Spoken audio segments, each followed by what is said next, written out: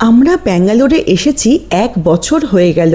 এখনো অবধি শহরের ভেতরের ফেমাস জায়গাগুলো ঘুরে দেখা হয়নি। ওই ট্রাফিকের ভয়েতেই শহরের ভেতরে আর যেতে ইচ্ছা করে না। তবে সেদিন হঠাৎ করেই বেরিয়ে পড়েছিলাম সারা দিনের জন্য শহরটাকে একটু কাছ থেকে ঘুরে দেখতে। নমস্কার, আমি প্রিয়াঙ্কা। আমার নতুন একটা ভিডিওতে সবাইকে স্বাগত জানাই। আমরা সেদিন ব্যাঙ্গালোরের 3টে জায়গা ঘুরে দেখেছিলাম, আর সবার আগে গিয়েছিলাম টিপু সুলতান প্যালেস দেখতে। এটি মহীশূরের শাসক টিপু সুলতানের গ্রীষ্মকালীন বাসস্থান ছিল। প্যালেসটি ইন্দো ইসলামিক স্থাপত্যের একটি দারুণ নিদর্শন। হায়দার আলী বেঙ্গালুরু দুর্গের প্রাচীরের ভেতরে এই প্রাসাদের নির্মাণ কাজ শুরু করেন এবং 1791 সালে টিপু সুলতানের শাসনামলে প্যালেসটির কাজ সম্পূর্ণ হয়। দোতলা এই প্রাসাদটি দেখার মতো।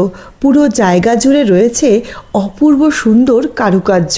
টিপু সুলতানের মৃত্যুর পর ব্রিটিশ প্রশাসন এই জায়গাটিকে তাদের সচিবালয় হিসেবে ব্যবহার করতেন।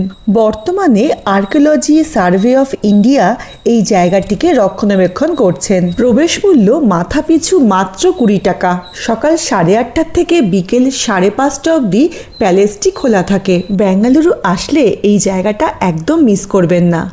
বেশ কয়েকটা সুন্দর সুন্দর ছবি তুলে আমরা বেরিয়ে পড়লাম আমাদের পরবর্তী গন্তব্যের দিকে। এরপরে আমরা গিয়েছিলাম ব্যাঙ্গালোর ফোর্ট দেখতে। সেই গল্প নিয়ে ফিরে আসবো খুব তাড়াতাড়ি। এই ভিডিওটা কেমন লাগলো জানাবেন।